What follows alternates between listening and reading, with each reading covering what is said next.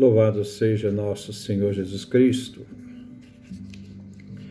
Nós vamos continuar a nossa leitura da Carta de São Paulo aos Efésios, nosso 10º encontro,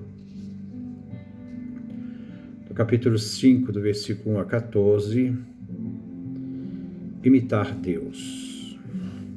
Ouçamos o nosso texto e depois o comentário. Sejam imitadores de Deus como filhos queridos.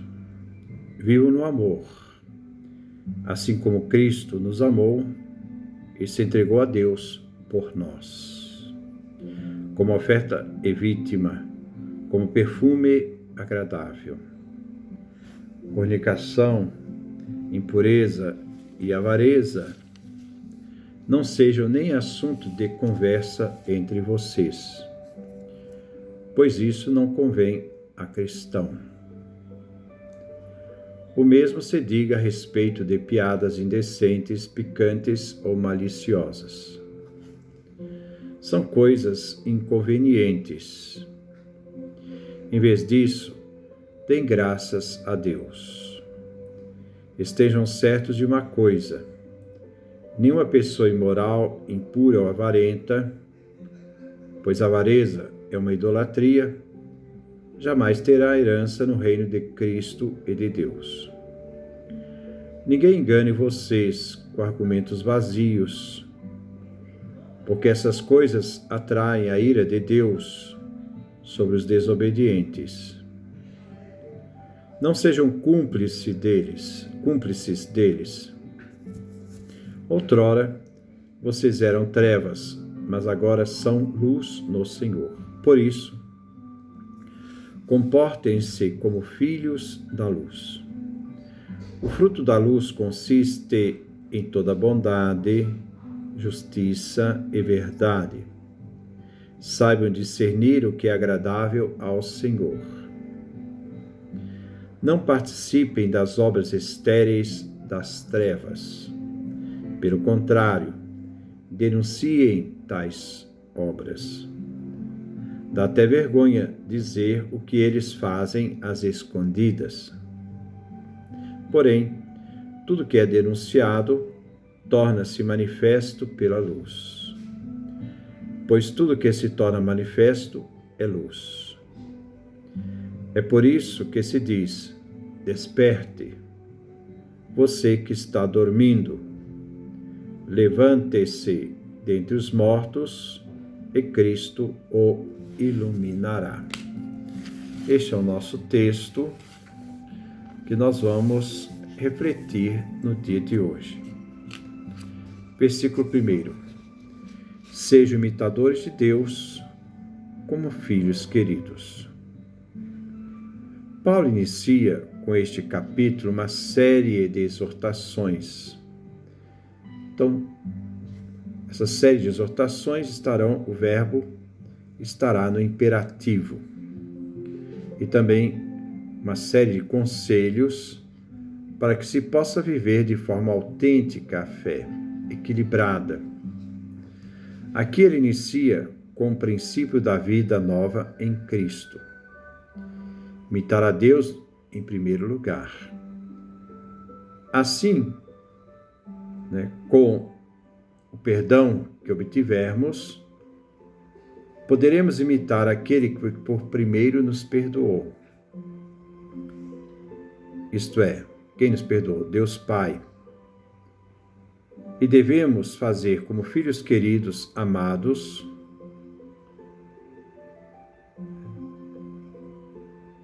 revelando o perdão que o próprio Filho, que o Pai nos deu, nos perdoou na cruz. Então devemos fazer viva, presente, esta fé centrada no Pai e no Filho.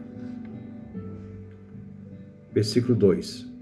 Vivam no amor, assim como Cristo nos amou e se entregou a Deus por nós, como oferta e vítima, como perfume agradável. Continua Paulo exortando. Depois de imitarmos o Pai, que a todos perdoa incondicionalmente em Cristo, Paulo exorta para que os cristãos que vivem esta nova vida, que possam então viver no amor. Essa é a centralidade daqueles que têm fé, que vivem em Deus, imitando a Deus. Primeiro, da mesma forma que Cristo nos amou. Assim, os cristãos devem perdoar, a imitação de Cristo.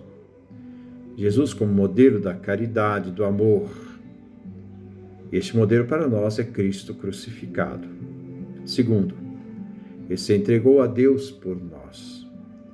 Este é o modelo de amor e de entrega.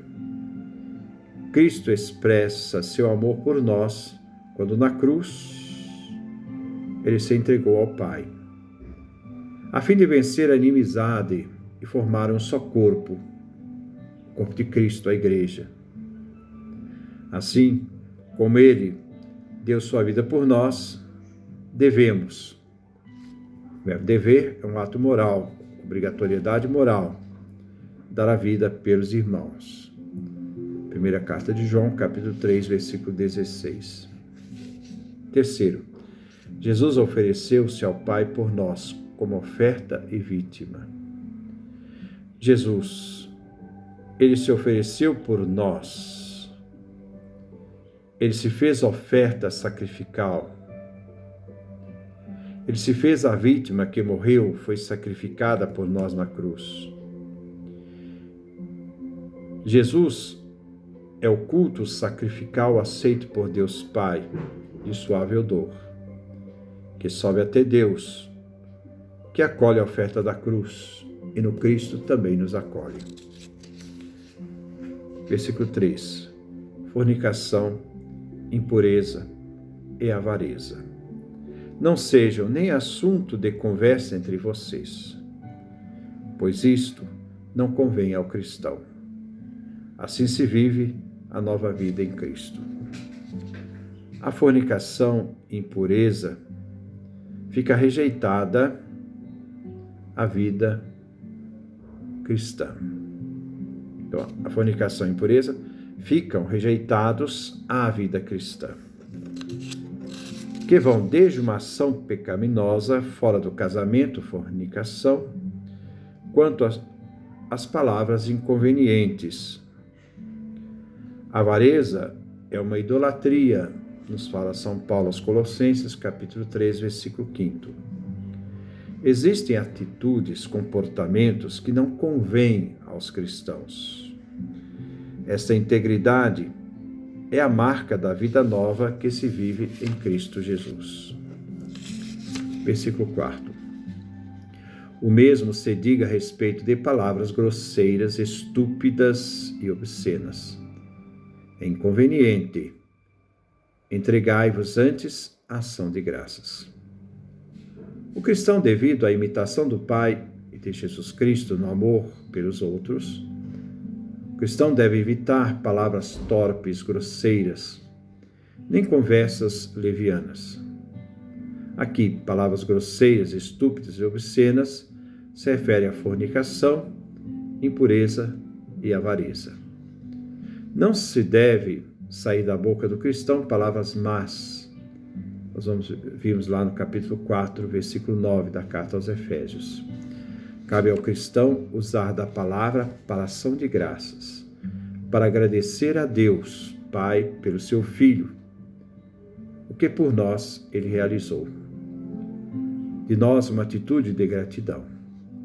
Assim, a palavra de louvor é para o apóstolo a atitude fundamental do cristão. Versículo 5. Estejam certos de uma coisa: nenhuma pessoa imoral, impura ou avarenta, pois a avareza é idolatria, jamais terá herança no reino de Cristo e de Deus Pai. No Antigo Testamento, a avareza era vista como idolatria. Paulo expõe as consequências da vida imoral, a exclusão do reino e da herança de Deus. Assim declara Paulo que os pecadores não herdarão o reino de Deus porque eles não têm parte na herança do reino.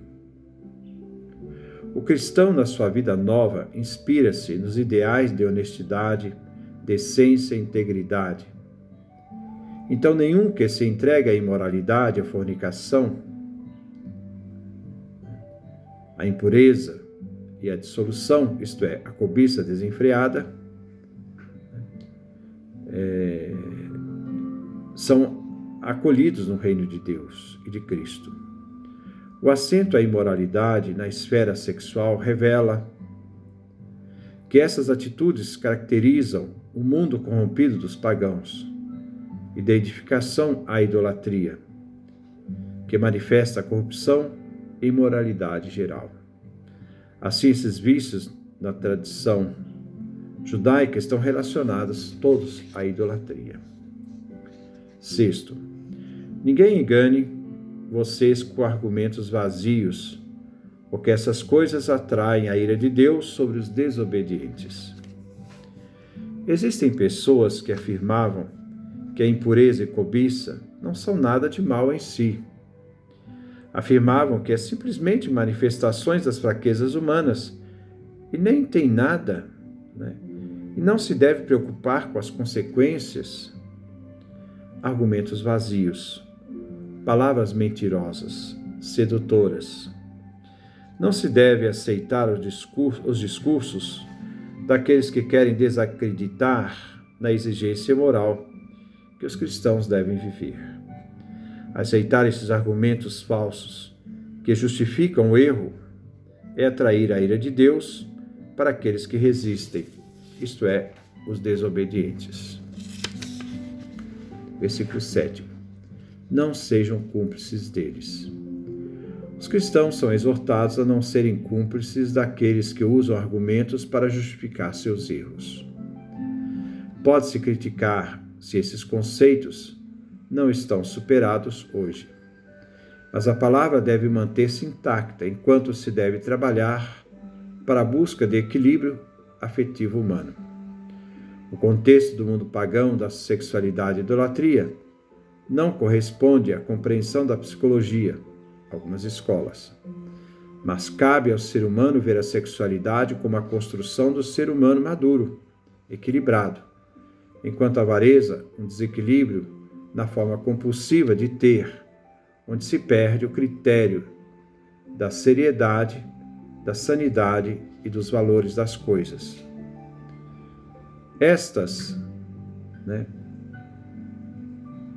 Essas coisas servem à vida, mas não devem ser colocadas como dependentes para a vida. Nossa vida não está nas coisas. Nada deve escravizar o ser humano. Escravizar o ser humano como uma espécie de déspota que faz o ser humano perder a sua integridade, equilíbrio e sua sanidade. Nem a sexualidade exacerbada, nem a avareza doentia. Mas Paulo afirma: a cólera de Deus vem, e os cristãos não devem perder-se e tornar parte com eles, se tornando cúmplices deles. Aqui cabe a lucidez diante da vida que evita a submissão instintiva aos desejos, os desejos despóticos, que faz o ser humano agir como animal irracional, não como ser humano que é capaz de transcender seus limites físicos, biológicos e ser capaz de dar um significado maior à sua existência. Versículo 8. Outrora vocês eram trevas, mas agora são luz no Senhor. Por isso comportem-se como filhos da luz. Os cristãos de Éfeso, antes do conhecimento de Cristo e de serem batizados, eram trevas. Eram todos trevas. Viviam no mundo pagão, nos seus costumes e seus vícios. Viviam na idolatria, cultuando seus deuses. Agora, depois de terem sido batizados e conhecerem a Cristo, são luz no Senhor, são iluminados. O batismo, na época, também era chamado de iluminação. E os que recebiam o batismo de iluminados. Então, já não são luz. Já que são luz iluminados pela fé em Cristo. Então, os batizados, aqueles que conheceram Cristo, já que eles são luz e são iluminados pela fé em Cristo. Então, já que os cristãos são luzes, iluminados pela fé em Cristo, devem, dever moral, de se comportarem como filhos da luz, isto é, filhos de Deus. Eles pertencem à nova criação, são um com Cristo. E viver essa unidade. Versículo 9. O fruto da luz consiste em toda bondade, justiça e verdade. Cabe à luz iluminar, e por isso se deve chegar à perfeição moral. Bondade, justiça, verdade. A verdade é a vida que corresponde à realidade. Se esta verdade, realidade interior, vem concebida e realizada como vontade de Deus, torna-se justiça. A bondade quer dizer retidão. Estes são os frutos da luz, que não podem estar em nenhum momento escondidas pelas trevas. Versículo 10. Saibam discernir o que é agradável ao Senhor. A lucidez do cristão deve fazer uso da inteligência para discernir e escolher o que é agradável ao Senhor. Agradar a Deus em tudo. Examinar bem, não a si próprio, nem aos outros, mas somente a Deus. Fazer tudo para a glória de Deus. Versículo 11. Não participem das obras estéreis das trevas. Pelo contrário, denunciem tais obras. Paulo continua exortando os cristãos. Não participem das obras estéreis das trevas. Estas obras das trevas estéreis se opõem às obras da luz. As obras das trevas são estéreis. O que é da luz, difunde luz. O que é das trevas, produz escuridão. Se deve denunciar as obras das trevas. A denúncia corresponde à responsabilidade de corrigir os pecadores. Os cristãos, ao se tornarem filhos da luz, iluminados no batismo, não devem ser cúmplices do mundo que deixaram, o mundo das trevas. E devem denunciar este mundo das trevas, pois eles agora não são filhos das trevas, mas da luz. Versículo 12. Dá até vergonha dizer o que eles fazem às escondidas. Paulo afirma da sua indignação ética com o comportamento daqueles que agem, realizando as obras das trevas. Ele, como um homem de origem judaica, como também todo judeu, sentia repugnância diante dos costumes pagãos. Pode ser, por ser obras das trevas, eles agem às escondidas. Versículo 13. Porém, tudo o que é denunciado torna-se manifesto pela luz. A atitude do cristão de denunciar o que é obra das trevas faz com que aquilo que estava escondido fosse descoberto e assim viesse à luz. E aí, iluminado, se pode conhecer o que se fazia escondido. Se pode curar a ferida. Versículo 14. Pois tudo o que se torna manifesto é luz. É por isso que se diz: desperte, você que está dormindo. Levante-se dentre os mortos, e Cristo o iluminará.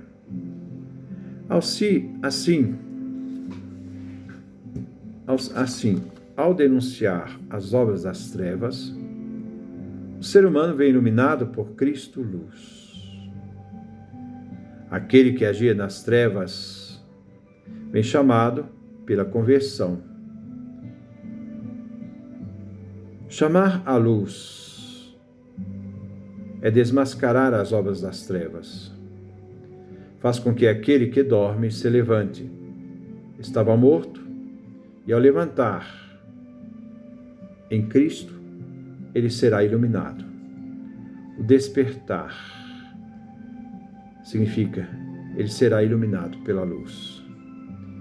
Aquele que antes dormia, que estava nas trevas, se desperta para a luz, se desperta para Cristo, nossa luz.